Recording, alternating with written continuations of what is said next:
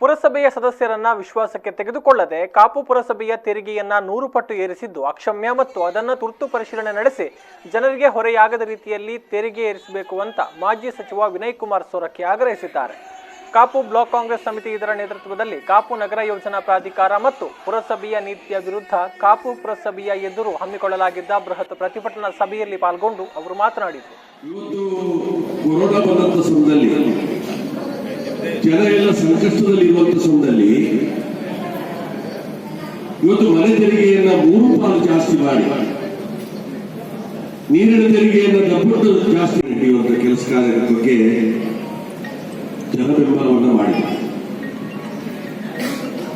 ನಾವು ಆ ಸಂದರ್ಭದಲ್ಲಿ ಪಂಚಾಯತಿನಲ್ಲಿ ವಸೂಲಿ ಆಗುತ್ತಿರುವಂತಹ ತೆರಿಗೆ ಏನಿದೆ ಅದು ನಿಜಕ್ಕೂ ಕೂಡ ನಗರ ಪ್ರದೇಶದ. ಈ ವೇಳೆ ಕಾಂಗ್ರೆಸ್ ಮುಖಂಡ ಡಾಕ್ಟರ್ ದೇವಿ ಪ್ರಸಾದ್ ಶೆಟ್ಟಿ ಅವರು ಮಾತನಾಡಿ, ಕೋವಿಡ್ ಸಂದರ್ಭ ಜನರಿಗೆ ಕಾಪು ಪುರಸಭೆ ಬರೆ ಎಳೆದಂತೆ ತೆರಿಗೆ ಹೆಚ್ಚಳ ಮಾಡಿದ್ದು ಜನರಿಗೆ ಮಾಡಿದ ಮೋಸ ಅಂತ ಹೇಳಿದರು.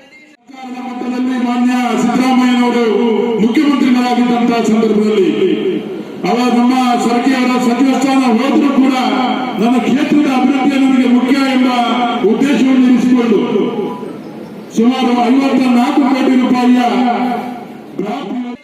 ಕಾಪು ಪುರಸಭಾಧಿಕಾರಿ ವೆಂಕಟೇಶ್ ನಾವಡ್ ಅವರ ಮೂಲಕ ಉಡುಪಿ ಜಿಲ್ಲಾಧಿಕಾರಿಯವರಿಗೆ ತೆರಿಗೆಯನ್ನ ಪರಿಷ್ಕರಿಸುವಂತೆ ಮನವಿ ಸಲ್ಲಿಸಲಾಯಿತು. ಕಾಪು ಕಾಂಗ್ರೆಸ್ ಅಧ್ಯಕ್ಷ ನವೀನ್ ಚಂದ್ರ ಸುವರ್ಣ, ಮಾಜಿ ಅಧ್ಯಕ್ಷ ನವೀನ್ ಚಂದ್ರ ಜೆ ಶೆಟ್ಟಿ, ಯುವ ಕಾಂಗ್ರೆಸ್ ಉಸ್ತುವಾರಿ ಅಖಿಲೇಶ್, ತಾಲೂಕು ಪಂಚಾಯತ್ ಸದಸ್ಯರಾದ ಯುಸಿ ಸೇಕಬ್ಬ, ಗೀತಾ ವಾಗ್ಲೆ, ಮಾಲಿನಿ, ವಿಜಯಲಕ್ಷ್ಮಿ ಕೋಟ್ಯಾನ್, ಸುಲೋಚನಾ ಬಂಗೇರ, ಸೌಮ್ಯ ಸಂಜೀವ, ಹರೀಶ್ ನಾಯಕ್, ಆಶಾ ಕಟ್ಪಾಡಿ, ನವೀನ್ ಎನ್ ಶೆಟ್ಟಿ ಉಪಸ್ಥಿತರಿದ್ದರು.